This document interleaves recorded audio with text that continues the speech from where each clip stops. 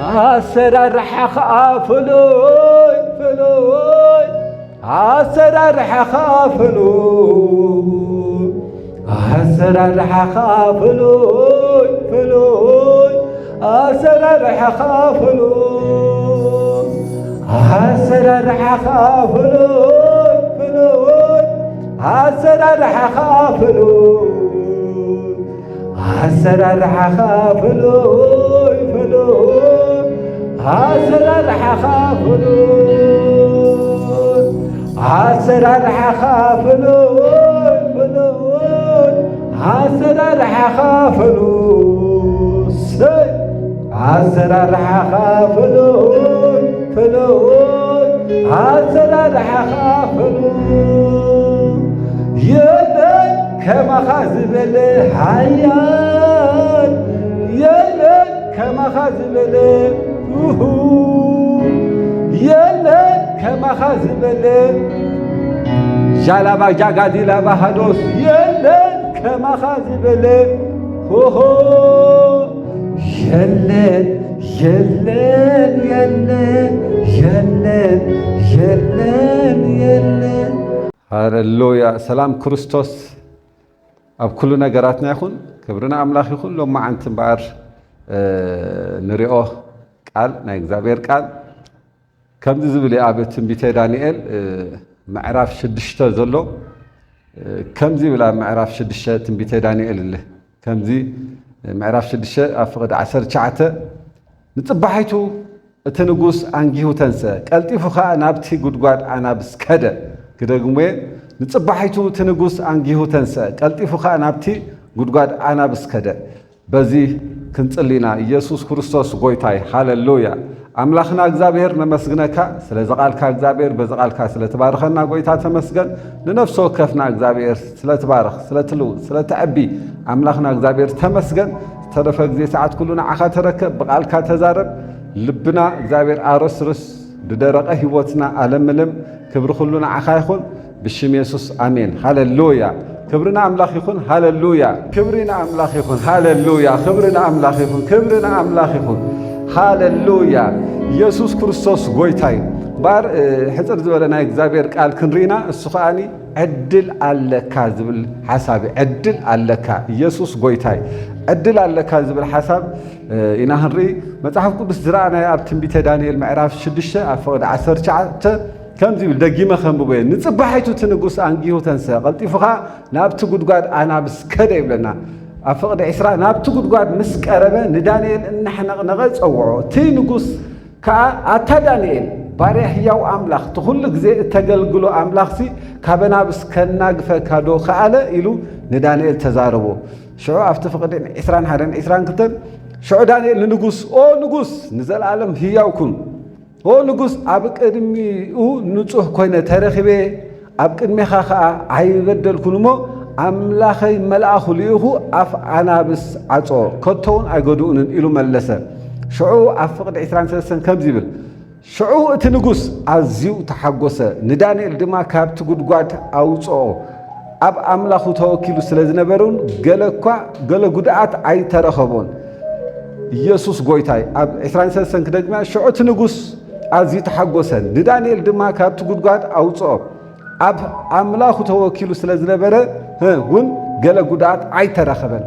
لومي نجزابير كتجلجلو عدل كبكاي جزابير بهوت كتقتل جزابير إدوخ زرقه على إذا حسوا بالشمسوس قد كتوكا خابركا خدقسكا خسنكلكا بروجرام زوج على أملاخنا جزابير جن إدو زرقه ألك آتيو كابز قد كوتسكاي كاب عرات كختساكاي كاب زدك أسكاي كاب كوف زبالكاي كتساكاي مخنياتو عدل كبكاي جزابير عدل كبكي حفتي يسوع كريستوس قويتا أملاخنا جزابير بأخاخ قلتي بأخي خجلت يسوع كريستوس قويتاي هاللويا كم تزب الحساب دقيمة تي رأسخنا كرجمة عدل على كذب الحسابي قويتا يسوع يبارك يسوع قويتاي حاجة حدا حسا حبي زلوا ألاي كل ذي سنة إن داسر حاسخا تبون ده حسبك نعقل قلود دي هتسيح هذا لخا بصراحة دي هتسرح هذا لخا بهوت إن دا نبرك هول لخا إن دا تنكس عسك هول لخا ديابلوس حد عقد يزوت انتاي كتفاعك ديابلوس حد حساب يزوت كدقسك كسنكلك ከም ዘይነበረህ ገብረካ ግን ኣምላኽና እግዚአብሔር ኣምላኽ ዳንኤል ካብ ዝጉድጓድ ከውፀካይ ካብ ሰንከልከል ኢልካ ዘለኻ ብሽም ኢየሱስ ከቐጽለካይ ሃሌሉያ ክብሪ ኩሉ ንኣምላኽ ይኹን ኢየሱስ ክርስቶስ ጎይታይ ሃሌሉያ ሃሌሉያ ሃሌሉያ ኢየሱስ ጎይታይ ኣብ ምዕራፍ 12 ግብረ ሐዋርያት ተሪእናዮ ኣብ ምዕራፍ 12 ሓደ ታሪኽ ኢና ንርኢ ናይ እግዚአብሔር ቃል ካብ ዳንኤል ቀፂልና ኣብቲ ግብረ ሐዋርያት ምዕራፍ 12 እንታይ ይብል መሲልኩም በቲ ዘመንቲ ኢሉ ኣብ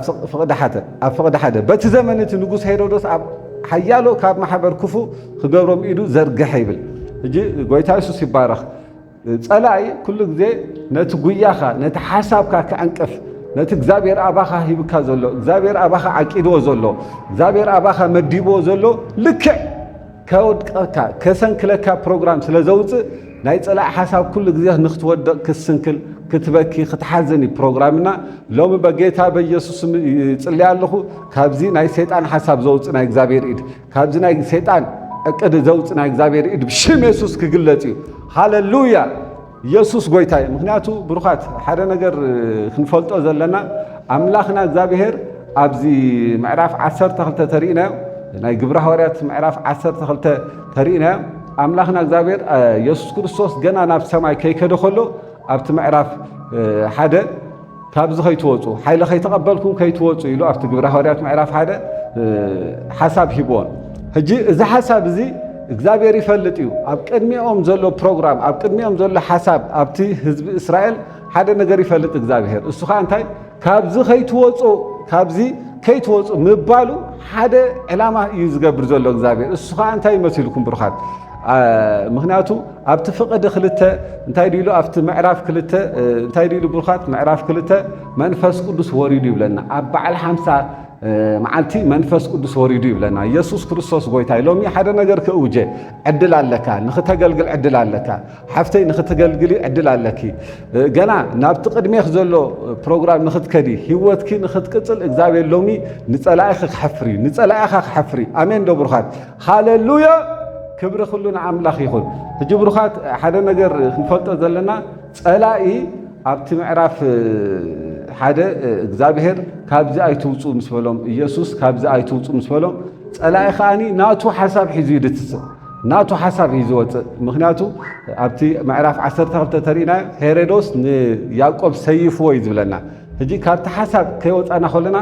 ኣብቲ ምዕራፍ ሓደ ኣይትውፁ ኢልዎም ኢየሱስ ምስ ከደ ምስ ዓረገ ድሕሪ ቁሩብ መዓልታት መንፈስ ቅዱስ መፂኡ ኣብ በዓል 50 ከባቢ ሐዋርያት ክትንክፎም ከሎ ኢና ንርኢ ኢየሱስ ክርስቶስ ጎይታይ ሕጂ ኣብዚ ሓደ ነገር ክንፈልጦ ዘለና ብሩኻት በዓል 50 ክበሃል ከሎ ሰባት ካብ ዘለዎ ከባቢ መፂኦም ነቲ በዓል ቅጫ ዘኽብሩሉ ነቲ በዓል ዘኽብሩሉ እዚ ምክንያት እዚ ስለ ዝፈለጠ ከዓ እግዚአብሔር ሰባት ካብ ዝተፈላለዩ ንበዓል ደልዮም ከም ዝመፁ ስለ ዝፈለጠ እግዚአብሔር ኣብታ ሰዓት እቲኣ እንታይ ገይሩ መሲልኩም መንፈስ ቅዱስ ሽዑ ልኢኽዎ ኢየሱስ ጎይታይ ኢየሱስ ክርስቶስ ጎይታይ ህዝቢ ንበዓል ደልዩ ነቲ ዓመት ዝካየድ በዓል ቅጫ ደልዩ ክእከብ ከምዚ ይኽእል ፈሊጡ ኢየሱስ ክርስቶስ ካብዚ ትውፁ ድሕሪ ቁሩብ ግዜ እንታይ ክመፅእ ድሕሪ ቁሩብ መዓልታት መንፈስ ቅዱስ ክመፅእ እሱ ምስ መፅእ ሓይሊ ክትቅበሉ ኢኹም ኢሉ መልእኽቲ ዝሃቦም ንሐዋርያት እንታይ ገይሩ መሲልኩም ልክዕ እዚ መንፈስ ቅዱስ ምስ መፀ ንነፍሲ ወከፎም ምስ ተንከፎም ሓደ ካብ ጸላኢ ካብቶም ህዝቢ እንታይ ዓይነት ቋንቋ መሲልኩም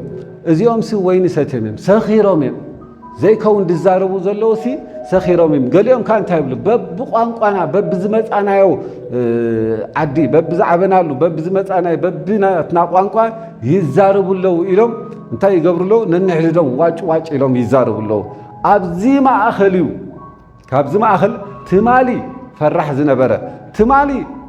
ኢየሱስ ክርስቶስ ኣይፈልጦን እዩ ዝብል ነበረ ጴጥሮስ ዝበሃል ሐዋርያ ካብቶም 11 ይብል ቃል ኣምላኽ ተሪእናዮ ካብቶም 11 ጴጥሮስ ብድድ ኢሉ ስለዚ ሓሳብ እዚ መልእኽቲ ክህቦም ከሎ ርዩ እንታይ ስለ ዝኾነ ትማሊ ፈራሕ ነይሩ ዶ ሎሚ ዕድል ረኺቡሎ ኣየናዩ ዕድል ዘርከቦ መንፈስ ቅዱስ ብኡ መፂኡ ኣብ ህይወቱ ምስ ዓለበ ኣብ ጴጥሮስ ነፍሲ ምስ ዓለበ ስቕ ከብሎ ይከኣልን መንፈስ ቅዱስ እንታይ ክገብር ጀሚሩ ዕድል ክህቦ ጀሚሩ ንመን ንጴጥሮስ ካብቶም 11 ብድድ ኢሉ ህዝቢ ስምዑ ኢሎም እዚ ትብልዎ ዘለኹም ከምኡ ኣይኮነን እንታይ ዳ ኢሉ ናብ ዩኤል ምዕራፍ 2 فقد 28 وسيدو حساب هبوم መጨረሻ ዘመን አሞዳታ ዘመን ይሎም መንፈሰይ ከፈሰሰ አበዋልድ ኢሉ ዩኤል ትንቢት ዝነበረ ናይ እግዚአብሔር ቃል አምጻ ቢሉ ነዚ ህዝቢ ከህቦም ኮሎ እንሪ እዚ ህዝቢ ዝኻ ብሩኻት እንታይ ለኩም ነረ በዓል 50 ስለዝኾነ ካብ ዝተፈላለዩ ሃገራትዮም መጽም ነቲ በዓል ደኽብሮ ነሮም እግዚአብሔር ካ ነዚ ምኽንያት ስለዝፈለጠዩ ንጴጥሮስ ወይ ካ መንፈስ ቅዱስ ኣብዚ ህዝቢ ኣብ ሐዋርያት አምጪ አፍሲሱ ክዛረቡ አኺልዎ ማለት ሸዕ ጴጥሮስ እዚ ዓይነት ቋንቋ ተዛሪቡ እቶም ህዝብ እንታይ ሎም መሲልኩም አረ እንታይና ሞ ክንገብር ትደሊና ምስ በልዎም እቶም ሐዋርያት ካ ጴጥሮስ ካኒ በቲ ኢየሱስ ክርስቶስ እመኑ በቲ ህያው ሰማይ ምድርን ፈጠረ አምላኽ ኢየሱስ ክርስቶስ እመኑ ናይ ዘላለም ህይወት ክትረኽቡ ይኹም ምስ በሎም 3000 ህዝቢ ናብ መንግስቲ አምላኽ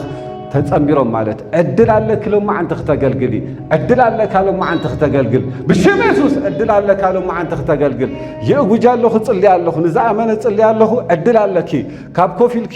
ደለኺ ተሲእኺ ከተገልግሊ ካብ ትደቂስካ ዘለኻ ተሲእኻ ተገልግል እድል አለ ካብ ሽም ኢየሱስ ሃሌሉያ ሪኹሞ ጴጥሮስ እንታይ ገይሩ እድል ረኺቡ እንታይ ትማለ ፈራሕ ዝነበረ አይፈጦነ አረ በዘራርበኻ ኮት ፍለጥኻ አይሁዳዊ ኢኻ ምሱ ኢኻ ኖ አነ ኮንኩን ኢሉ ዝተዛረበ ጴጥሮስ ኣብዚ ሰዓት እዚ ተተንኪፉ እድል ስለዝረኸበ ንቐጻሊ ንትውልዲ እግዚአብሔር ብኡ ሓሊፉ 3000 ህዝቢ ቀጽሉኻ ብፈውስን ብተአምራትን ናይ እግዚአብሔር ክብሪ ኣብ ልዕሊ ጴጥሮስ ወሪዱ ከገልግል እድል ስለዝረኸበ ጴጥሮስ እዚ ዓይነት ቋንቋ ምስተዛረበ እንታይ ገይሩ መሲሉ 3000 ህዝቢ ናብ መንግስቲ አምላኽ ተጸምቢሮም እንታይ ክብለኩም ደለ እድል አለካ ክደግሞ እድል አለካ ሓፍተይ ክደግሞ ብራዘር እድል አለካ ንምንታይ ነቲ ኣብ ቀጻሊ ትሪኦ ዘለኻ ኣብ ቀጻሊ ተሓልሙ ዘለኻ ናይ እግዚአብሔር ሓሳብ ኣብ ልዕሊኻ ክፈስስ ኣብ ልዕሊኺ ክፈስስ እሱ ክኸውን እድል አለኪ ከተገልግል ኢኺ ክኸውን እድል አለካ ከተገልግል ኢኻ ሃሌሉያ ኣነስ ከገልግለ ይበል ሓደ ሰብ ከገልግለ ይበል ብሽም ኢየሱስ ሃሌሉያ ሪኹም ሕጂ ዳንኤል ኣብቲ ምዕራፍ ናይ ትንቢተ ዳንኤል ተሪእና ብሩኻት ዳንኤል እዚ ምንም ሰበብ ዘይብሉ እቲ ንጉስ ኮነ ዳንኤል ብጣዕሚ ዝፈትዎ ብጣዕሚ ኣብቲ ናይ መንግስቲ ናይ ናቡከደነፆር መንግስቲ ዳንኤል ብትሑት ብሰናይ ነገር بملكام نقدر بتوعي في دانيال بناء إخبار هلونا مخناتو بلوت منفس نيروي يزبل قال أملاح ندانيال بلوت منفس نيروي يزبل نا إذا دانيال زبحال جن دك مسارحته مسؤول سرحه سبب جرمونه انتهي باتي تسرحه عيرخبول باتي ناي تسرح منقستي تسرحه زولا سبب عيرخبول انتهي دا إذا سبب زركبوسي بناي بأملاخو اسكن خيدو باتي مس أملاخو زحلفو زولا جزء اسكبون نمتعيلهم نتنقص زي حسبه سلداني الحق خوت زي حسبه سلتي نجرة عواج حق خوت محتم أمينهم انت جرم محتم كم زهرم جرمه دانيال كاني بزي فتصمه بزي حسبه نابتي قد أنا بس كأتخيله مالتي جن أملاخنا نداني انت جرو مسيركم هاللويا أملاخنا دانيال كحلو حدير ملأخو ليخو أف أنافس كعطوه كيلو مالتي يسوس قويتاي أنجيهو تسيو ناب كتسال هيوتو قتل دانيال كيلو مالتي إذا عدل إخبار سلزهوي أملاخنا إخبار عدل هيبو نمن ندانيال يسوس قويتاي لو ما أنت نعاخ عدل كبكيو لو ما أنت نعاخ عدل كبكاي لو من عاخ بالشم يسوس عدل كبكيو مخنياتو تسألاي نخيت غلغلي تسألاي أبقدمي خزلو هيوت نخيت استماغري لو ما أنت زخون عينت حساب حسيب زلو نزي ناي تسألاي إد زهر نا إخبار إد كغلتي بالشم يسوس آمين زبر يخون له بيسوس كريستوسم هاللويا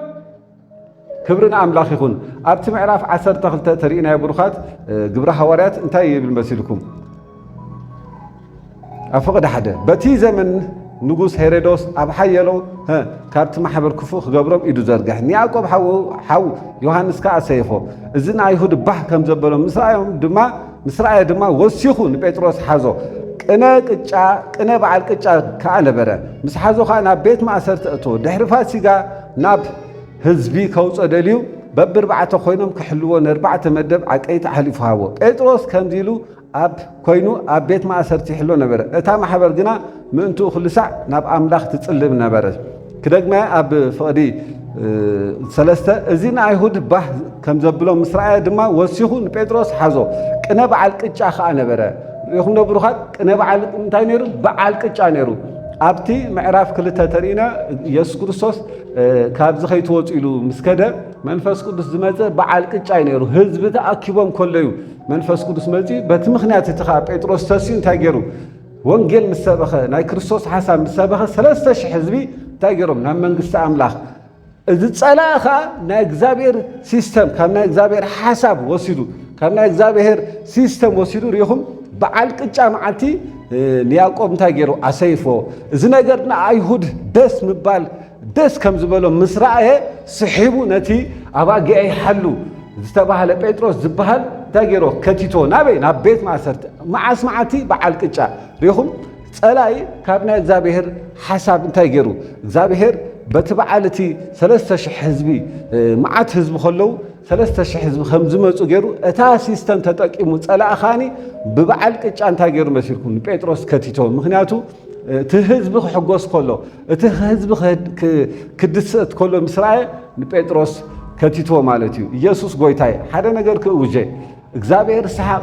ለቂቁልኩም እግዚአብሔር በረኸት ለቂቁልኩም እግዚአብሔር ደስታ ለቂቁልኩም እግዚአብሔር ሰላም ለቂቁልኩም ካብ ሰማይ ነዚ እግዚአብሔር ድለቆቆ ካብ ሰማይ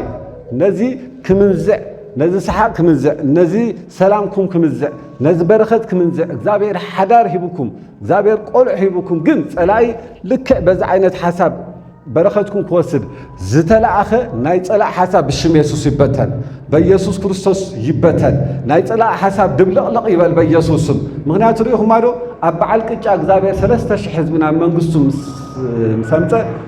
ፀላእኻ በታ ሲስተም ተጠቂሙ በታ ናይ እግዚአብሔር ሓሳብ ተጠቂሙ በዓል ቅጫ መዓልቲ ንጴጥሮስ ንያዕቆብ ሰይፎ ንጴጥሮስ ከዓ ከቲቶ ግን ስለ ጴጥሮስ ሓደ ነገር ተላዒሉ እንታይ እስከ ስለ ጴጥሮስ ተላዓለ ቤተክርስቲያን ይብል ቤተክርስቲያን ካብ ኢዶም ሓደ ሐዋርያ ያዕቆብ ዝበሃል ምስተወሰዶም እንደገና ካልኣይ ግዜ ሐዋርያ ጴጥሮስ ዝበሃል ምስተወሰዶም ክተጉሁ ጀሚሮም መጀመርያ ዘሓሒሎም ነይሮም መጀመርያ ፈዚዞም ነይሮም ኣብ ካልኣይ ግዜ ግን ኣይከውንን እዩ በረኸትና ሓደ ያዕቆብ ተወሲዱ ካልኣይ ከዓ ጴጥሮስ ክውሰድ ኣይከውን ኢሎም ክተጉሁ ጀሚሮም ምክንያቱ እንታይ ዝብል ኣብቲ ፍቕዲ 4 ምስ ሓዞ ናብ ቤት ማእሰርቲ እቱ ድሕሪ ፋሲጋ ናብቲ ህዝቢ ከውፅኦ ደልዩ በብርባዕተ ኮይኖም ክሕልዎ 4 መደብ ዓቀይ ተሕሊፉዎም ሓምሸይቲ ጴጥሮስ ከምዚሉ ኣብ ቤት ማእሰርቲ ሕሎ ነበረ እታ ማሕበር ግን ምእንቱ ኩልሻዕ ናብ ኣምላኽ ትፅሊ እንታይ ኮለት ነበረት ኢሉ ሕጂ እዚ ከደቅሶም ኣይከኣለን ሐዋርያት ወይ ደቀ መዛሙርት ጴጥሮስ ናብ ቤት ማእሰርቲ ምእታው እሶም ክተጉሁ ጀሚሮም ሎሚ በጌታ በኢየሱስ ክርስቶስም ካብ ህይወትኩም ሰሓቅ ዝወስድ ዘሎ ሓዳርኩም ክተናኽፍ ዝተላኢኹ ዘሎ እግዚአብሔር ሂብኩም ዘሎ እግዚአብሔር ለቂቁልኩም ዘሎ ደስታ ይኹን ሰላም ይኹን ፋይናንሳዊ በረኸት ይኹን እግዚአብሔር ካብ ሰማይ ለቂቁ ከሎ ግን ፀላኢኻ ነዚ ዓይነት ናይ ፕሮግራም ናይ ኣብ ቤትኩም ዘሎ ሰላም ኣብ ቤትኩም ዘሎ ዕረፍቲ ኣብ ቤትኩም ዘሎ ኣብ ሓዳርኩም ፍቕሪ ክወስድ ተላኢኹ ዘሎ ብሽም ኢየሱስ ኣእዳው ይቆረፅ ብሽም ኢየሱስ ኣእዳው ይቆረፅ በኢየሱስ ክርስቶስም እቲ ሓሳብ ተረዳእትኩም ክትኮን ተስፋ ገብር ዕድል ኣለካ ንምንታይ ንቐጻሊ ህይወት ሪኢኹም ዶ ሽዑ ጴጥሮስ ክርስቶስ ቤተክርስቲያን ምስተገህብ ንቐጻሊ ህይወቱ ንቐጻሊ ናይ ኣገልግሎት ስርሑ ንቐጻሊ ዘሎ ናይ ኣገልግሎት እቲ ሓደራ ዝተዋህቦ ዕድል ረኺቡ እግዚአብሔር መልኣኹ ልኢኹ እንታይ ገይሩ ካብ ቤት ማእሰርቲ ኣውፂዎ ማለት እዩ ሃሌሉያ ሃሌሉያ ኢየሱስ ጎይታይ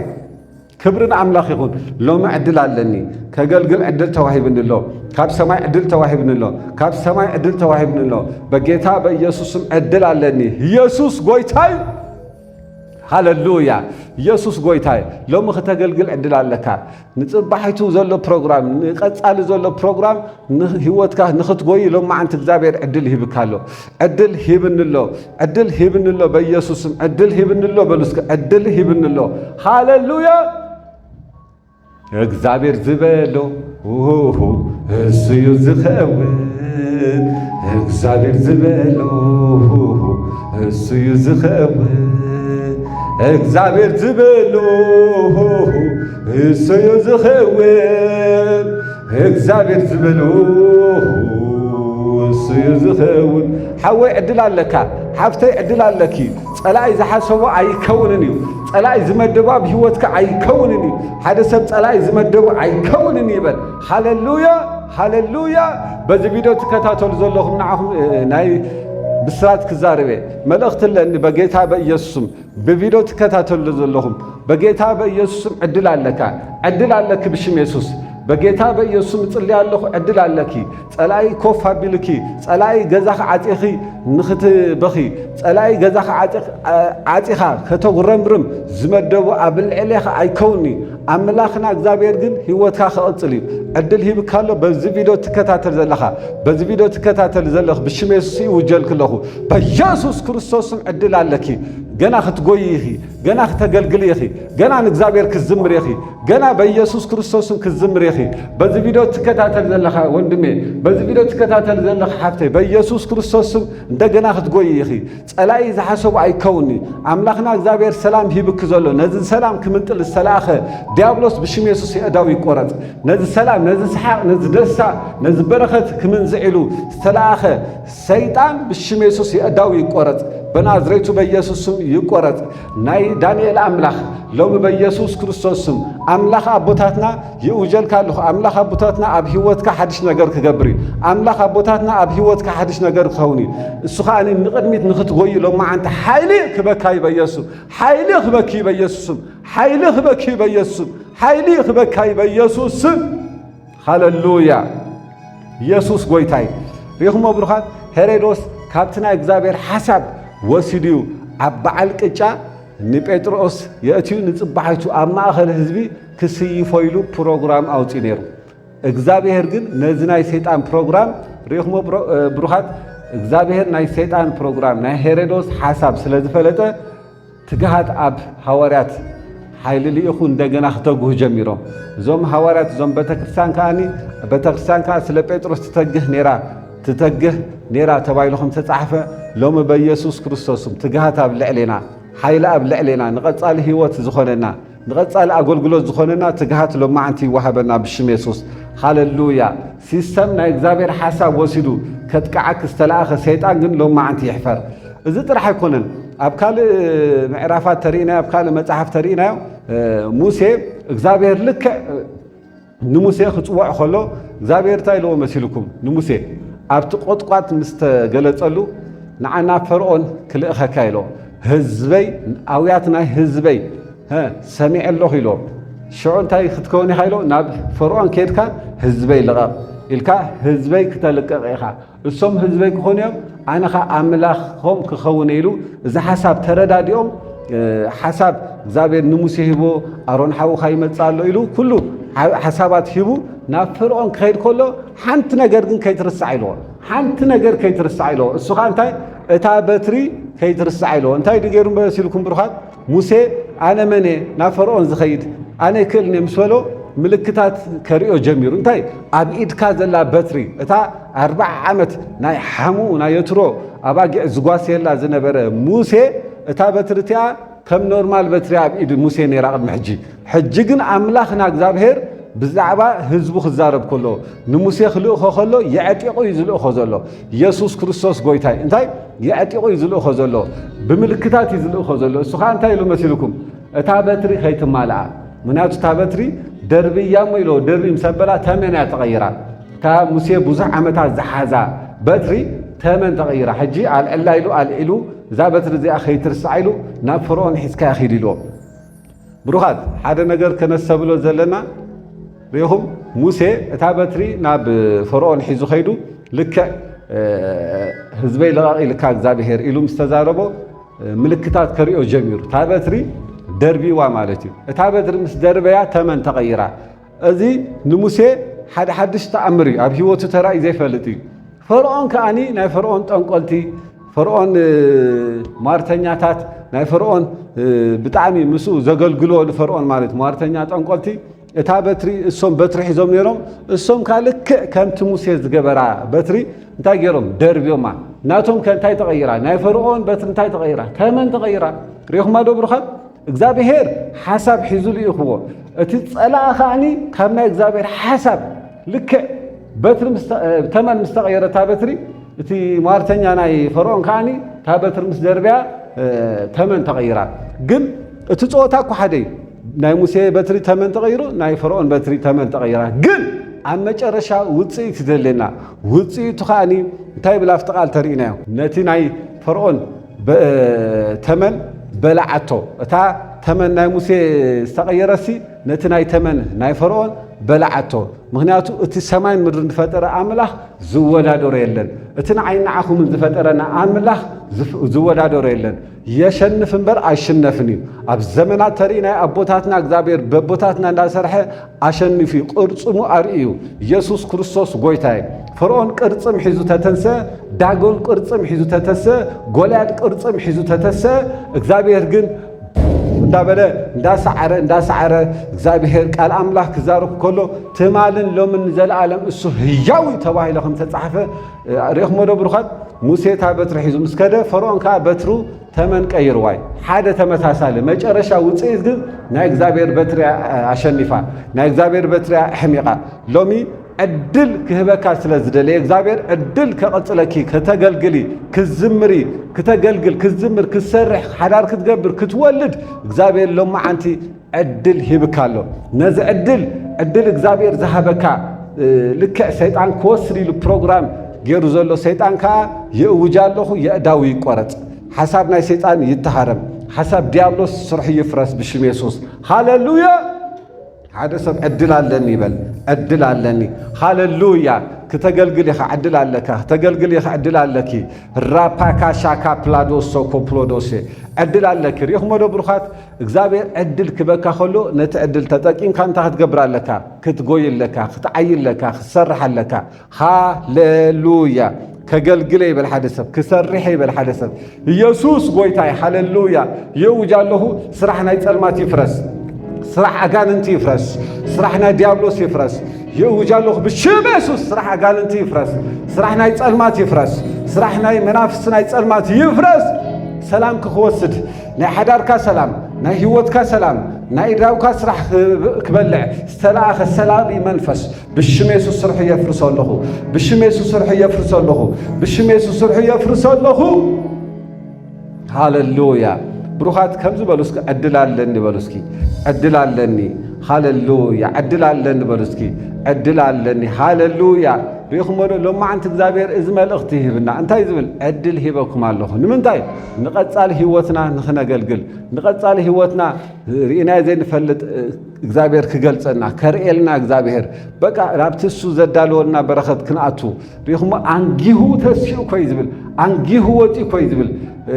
ዳንኤል መጽሐፍ ተሪና አንጊሁ ወጪ ነቲ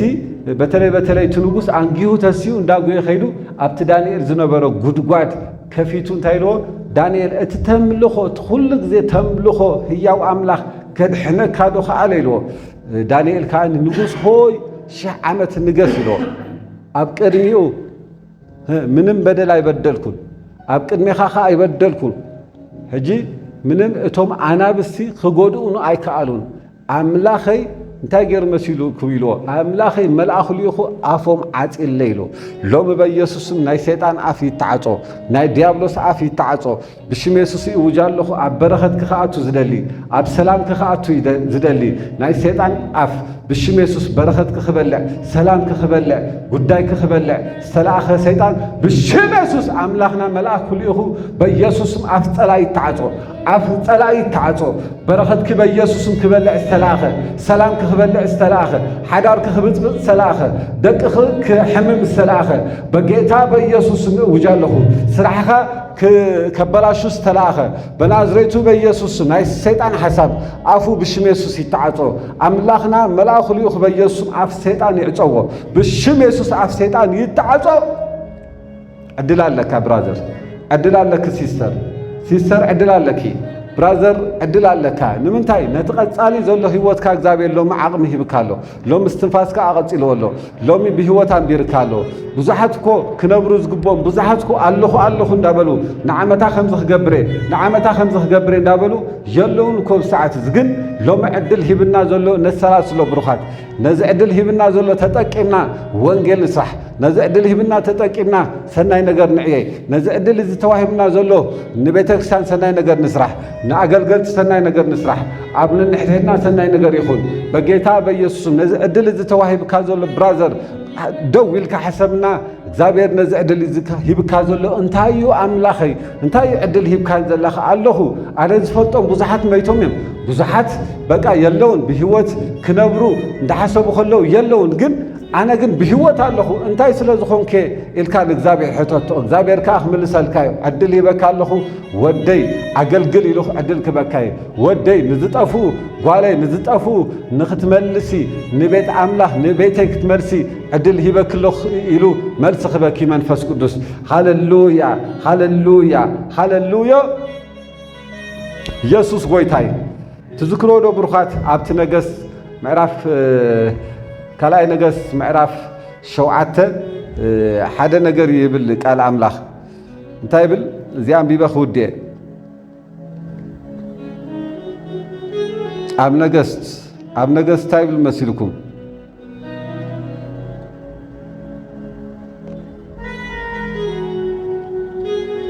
ራላላላላላላላላ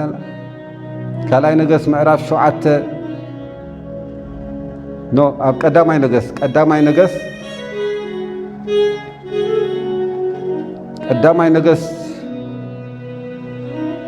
ምዕራፍ 7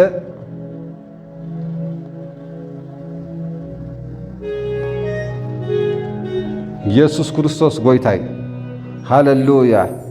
ሃሌሉያ ሃሌሉያ ሃሌሉያ ሃሌሉያ ሃሌሉያ ሃሌሉያ ሃሌሉያ ሃሌሉያ ወራባባባባባባባባባ ኣብ ካልኣይ መጽሓፍ ነገሥት ምዕራፍ 7 ኣብ ካልኣይ ነገሥት ምዕራፍ 7 ከምዚ ይብል ኤልሳዕ ድማ ቃል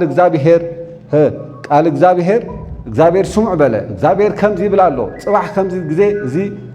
ኣብ ደገ ሰማርያ ሓደ መስፈሪ ድኹም ሓርጭ ብሲቃል ክልተ መስፈሪ ስገም ከዓ ብሲቃል ክሽመት ኢሉ ኤልሳዕ ባልያ እግዚአብሔር እዚ ቃል ተዛሪቡ ማለት እግዚአብሔር ከምዚ ይብል ኣሎ ኢሉ ኢየሱስ ጎይታይ ኣብቲ ሰዓት እቲ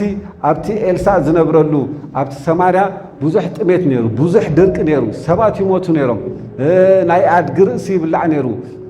ብዙሕ ናይ ጥሜት ዘመን ስለ ዝነበረ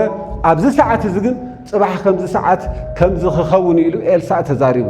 እግዚአብሔር ዕድል ይህብ ከም ዘሎ ናይ እግዚአብሔር ኢድ ከም ዝግለጥ ጽባሕ ከም ሰዓት ኤልሳዕ ይዛረብ ኣሎ ኤልሳዕ እዚ ዓይነት ቋንቋ ክዛረብ ከሎ ኤልሳዕ እዚ ዓይነት ቃል ክዛረብ ከሎ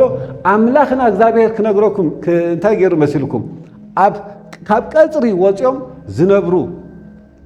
ለምጽ ዝሓመሙ ሰባት ነይሮም እሶም እንታይ ገይሩ እግዚአብሔር ኤልሳዕ በዚ ቃል ከውጽእ ከሎ የዕንት እግዚአብሔር ናብ ኤልሳዕ የዕንት እግዚአብሔር ከዓ መሪሱ ከዓ ናበይ ናብቶም ለምጺ ካብቲ ቀጽሪ ተሰዊጎም በይኖም ዝቕመጡ ዝነበሩ በቃ ሞት ዘሽትቱ ዝነበሩ ሰባት ኣብኡ ነይሮም ሕጂ ሓደ ነገር ተዛሪቦም ኣብዚ ሞት እዩ ኣብቲ ሞት እዩ ሕጂ ኣብዚ ኮፍ ተይድና ሞት ሙማት እዩ ኣብቲ ኮፍ ተይድና ተኸይድና ሞት እዩ ይቕተሉና ሕጂ ኣብዚ ካብ ንሞት ኣብቲ ኸይድና ሙማት ሕሸና ዝብል ሓሳብ ሒዞም ልክዕ ናብታ ከተማ ኣትዮም ይብለና ቃል ኣምላኽ ኢየሱስ ጎይታይ ግን እግዚአብሔር ኮይ ነዞም ለምጺ ዝሓመሙ ሰባት ብኦም ተጠቂሙ ነታ ከተማ ጥሜት ትጠም ዘላ ህዝቢ ሓደ ተኣምር ነገር ክገብር ከሎ ኢና ንርኢ ሎሚ በኢየሱስ ስም ደኺመ ኢልካ ከምኡውን ብሰባት ተገፊዕኹም ብሰባት ተናዕኩም ኣበይ ክትበጽሓሳ ኣበይ ክበጽሕ ይሱ እዚ ሰብ እዚ ኣብ ዝበጽሖ የብሉን እዛ ሰብ እዚኣ ኣብ ትበጽሖ የብላን ኢሉ ሰይጣን በዚ ዓይነት ቋንቋ ዘእምነኩም ዘሎ ኣምላኽና እግዚአብሔር ንብዙሓት በረኸት ክገብረካ እዩ ኣምላኽና እግዚአብሔር ንብዙሓት በረኸት ክገብረክ እዩ እመንና ኣመን ኢልኩ ሰዲ ኣምላኽና እግዚአብሔር ንብዙሓት በረኸት ክገብረክ እዩ ሰባት ረሲዖምኺ ሰባት ገፊዖምኺ ሰባት ኣይዘከሩኽን ሰባት ገፊዖምኻ ግን ኣምላኽና እግዚአብሔር ነቲ ዝገፍዓካ ሰብ ንዑ በረኸት ገይሩ ከተሳእካይ ኣምላኽና እግዚአብሔር ነቲ ዝገፍዓካ ሰብ በረኸት ገይሩ ከተሳእክ እዩ ኣይዝክሮ እንዲኹም ብሩኻት ዮሴፍ ኣብ ምዕራፍ 39 ዮሴፍ ነቶም ኣሕዋቱ ኮይ በረኸት ኮይኑ ኣሕዋቱ ኮ ኣብ ጉድጓድ ኮይም እትዮሞ ኣሕዋቱ ኮ ሸይጦሞ ኮይም ግን ኣምላኽና እግዚአብሔር ነቶም ዝገፍዕዎ በረኸት ገይሩ ኣተሲእዎ ማለት እዩ ሎሚ ተገፊዕኻ ኣለኻ ሲስተር ተገፊዕኻ ኣለኻ ተረሲዕኻ ኣለኻ ኣበይ ክበጽሕ ዝብል ዝኾነ ዓይነት ኣብ ልዕሊኻ ተዘሪብሎ ንዕኡ በረኸት ክትከውን ኢኻ ንምድሪ በረኸት ክትከውን ኢኻ ንሃገር በረኸት ክትከውን ኢኻ ንሰባት በረኸት ክትከውን ኢኻ ኣሜን ይበል ሓደ ሰብ በረኸት ክትከውን ኢኻ በረኸት ክትከውን ኢኺ ኣሜን هللويا إذا برخت نختكون كاني إد أملاخ عدل كبكاي لو معنتي أملاخنا عدل كبكي لو معنتي لو بيسوس بزخت ليكم راباكا شاكا لابادا ساكا براتوس شيكا براتوس عدل لك بيسوسم نابت صبح ختقوي نابت صبح زله هيوتكي نبزحت برخت كتكوني لو مغزابير عدل هبكلو لو مغزابير عدل هبكلو لو مغزابير عدل هبكالو هاللويا تمسجن جيتا تمسجن እግዚአብሔር عدل سلا ذهبكاني كقلقل عدل سلا ذهبكاني هاللويا تمسجن تمسجن تمسجن تمسجن تمسجن هاللويا تمسجن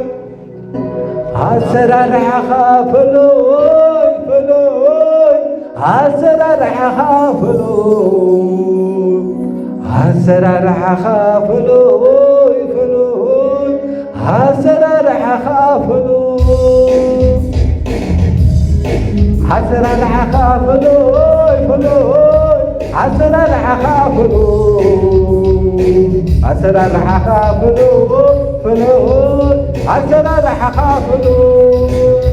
عسرارح فلوي فلوي عسرارح فلوي عسرارح فلوي فلوي عسرارح فلوي عسرارح فلوي فلوي عسرارح فلوي عسرارح فلوي فلوي عسرارح فلوي يلا كما خازبني حيان يلا كما خازبني يلا كما خازبني حيان يلا يلا يلا يلا يلا يلا يلا يلا يلا يلا عسرارح فلوي فلوي عسرارح فلوي عسرارح فلوي فلوي عسرارح فلوي عسرارح فلوي فلوي عسرارح فلوي عسرارح فلوي عسرارح فلوي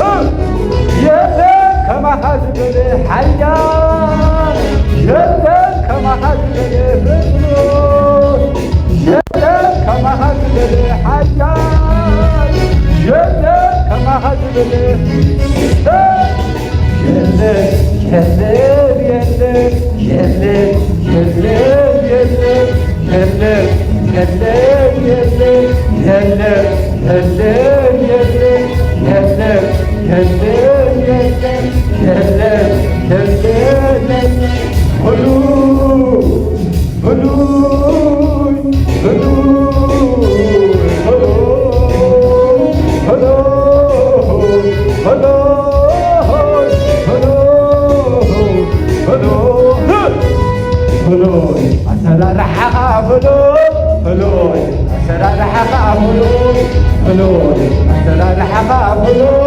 هلوي عسرارح فلوي فلوي عسرارح فلوي فلوي عسرارح فلوي فلوي عسرارح فلوي فلوي عسرارح فلوي فلوي عسرارح فلوي فلوي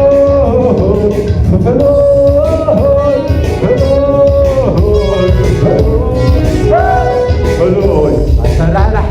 فلوي فلوي عسرارح فلوي فلوي عسرارح فلوي فلوي عسرارح فلوي كما خزبني حيان يلا كما خزبني يلا كما خزبني حيان يلا كما خزبني يلا يلا يلا يلا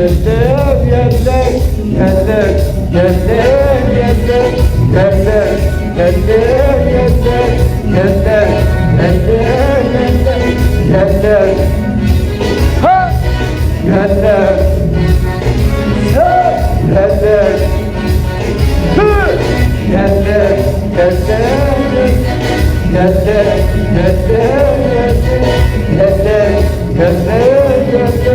يلا